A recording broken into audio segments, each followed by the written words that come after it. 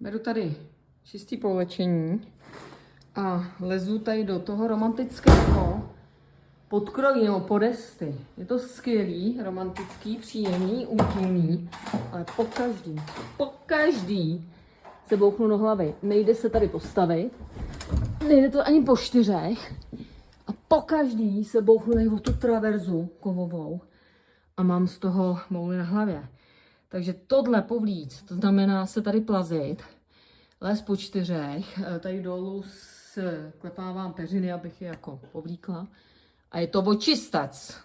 No, tak zkusíme, jestli nebudu furt na kameru ukazovat jenom zadek, protože tohle povlíct znamená se tady les po 4.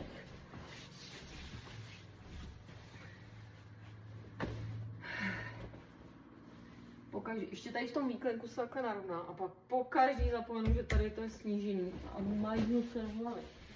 Jestli to jednou dokážu za ty 2 roky bez bouchnutí do hlavy, to bude dnešní zázrak.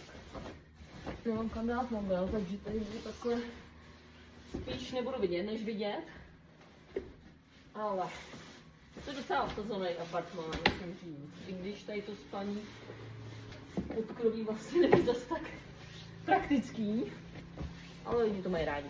Nicméně byli jsme ve Švédsku, jezdili jsme s manželem po severních státech a tam Švédové mají velmi často ve svých chatách, kabinách tady ty vyvýšený spaní, které jsou otevřený bez dveří a velmi často to využívají a vlastně mi to přišlo úplně přirozený, příjemný.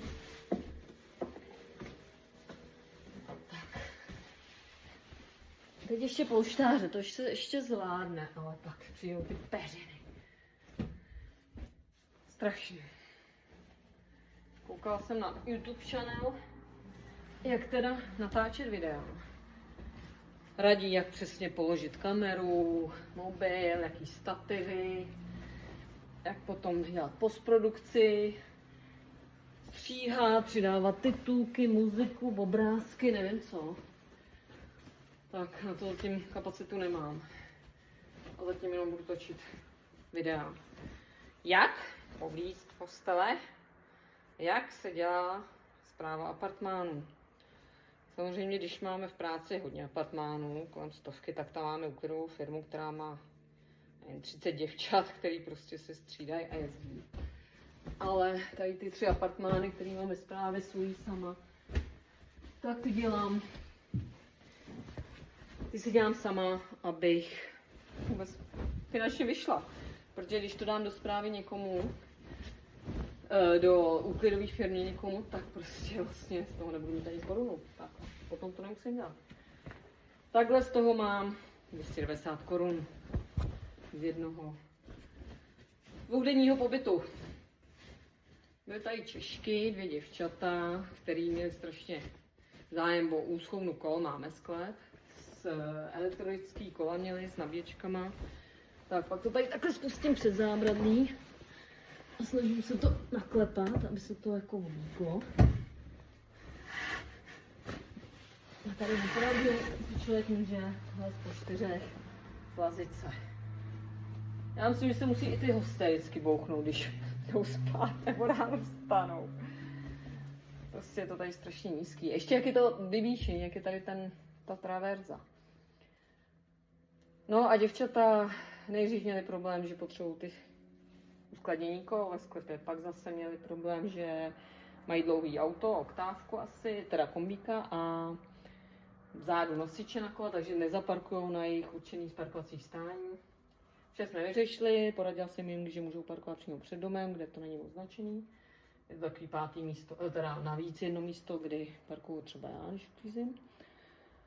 A sklep měli zamykatelný na elektrokola, takže krásný parkování.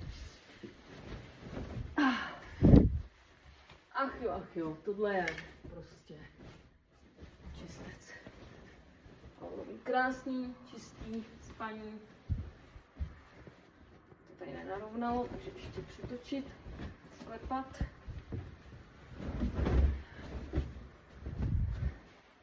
Tak.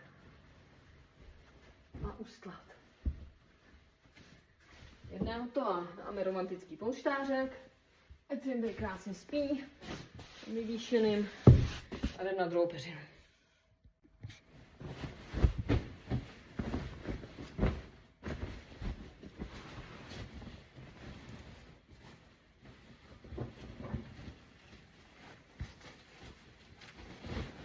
Jednou jsme tu měli německé hosty a zrovna jsem byla teda v jiném apartmánu uklízet, takže jsem je i zahlídla, jak vypadají. Paní měla asi 220 kg, ne, fakt obří. Až je tohle apartmánu se ubytovat. Říkala, no tak nahoře určitě paní nebude spát. A na té rozkládací pohovce v pohodě. Hned za hodinu psala, že tady jsou strašně tenký matrace, chtějí spát. Jestli nemůžu přivést druhé madrace. Říká, že bohužel nemůžu, že nemám odkud. A že jsou tady tyhle madrace, no. Tak, že teda zkusí se vyspat, ale hned druhý den ráno samozřejmě spala, že chtějí vrátit peníze.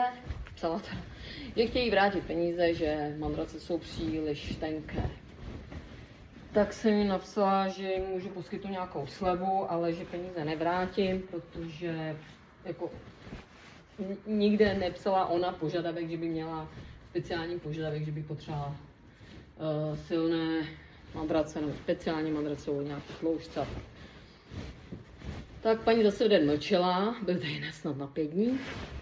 Manžel, dcera a teď musím to sklepat dolů, abych to vůbec do toho narvala. Můžu kameru, sorry. A hned další den psala, že teda odjíždějí a že mi dá špatný hodnocení, byly přes booking, protože prostě jí nejsem schopná dodat jiné madrace. Já bych i byla, kdybych, a byla zima, že jo, sezóna, kdy všichni žila na květ, takže to no.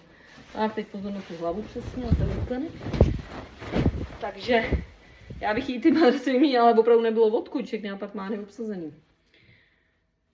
Tak si mi nabídla ještě jednou, že jí dám slevu, že jí můžu nakoupit nějaký dárkový balíček ještě, že bych jí přivezla. A to už mi neodpověděla, odjeli a napsala hodnocení. A celkem slušný prostě, že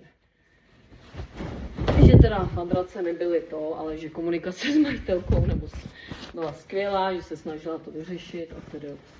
Ale takže to ještě tak nebylo nejhorší. Já už nevím, co dala, jestli 8. Nic tragického. Stane se, že samozřejmě nás hosti mají v pasti s tím, že prostě dají nízké hodnocení, nebo vyhrožují dají nízké hodnocení a my jsme opravdu v pasti, protože dají jeden bod nebo něco. A my jsme v pasti, protože než se zase nazbírají ty body další, tam je to taky špatný, taky zmuchlaný. Tak to strašně dlouho trvá, takže jedno takovýhle špatný hodnocení nám sníží rating na velmi dlouho. Tak, hotovo, postýlka pro 2, čistá, povlečená, že to tady pak setřu podlahu a je to hotovo. Jdeme tam na ten rozkladací gauč.